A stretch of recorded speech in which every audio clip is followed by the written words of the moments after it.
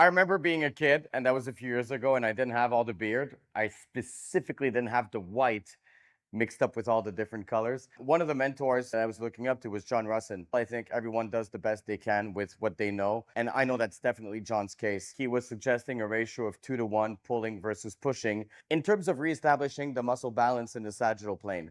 Obviously, my whole thing as an osteopath and posturologist was always trying to understand where muscle imbalances come from, how to create homeostasis in the body. And in the sagittal plane, that really refers to neutral scapular plane, essentially when the gravity line goes through you. Where I think John Rusin is missing part of the puzzle is that he looks at all muscles as being equal in terms of role and function. And there's really two types of muscles. And that's really where the whole narrative falls apart. You've got muscles that hold you upright, and they're the muscles that are proximal and deep, and those are the tonic muscles. And those are actually the ones creating the sagittal planes. By focusing on muscles that are more superficial and peripheral, muscles made for movement, not so much muscles made for posture, because there is such a thing. The tonic, deep, median muscles are made for posture, and then you have phasic muscles, which are made for movement, which are more peripheral, such as the muscles you use to push and to pull with. If I release my spinal extensors, my shoulders round.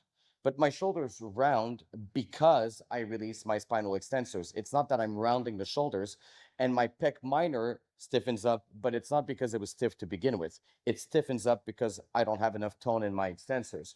And then obviously, if I do the exact opposite, and I create extension in my thorax, all of a sudden my shoulders go back to a neutral position. This is where not understanding the notion and the function of a physiological system like the tonic postural system leads to these aberrances in terms of how we develop so-called solutions, which can't be because they're complicated. And when things are complicated, you move away from the truth.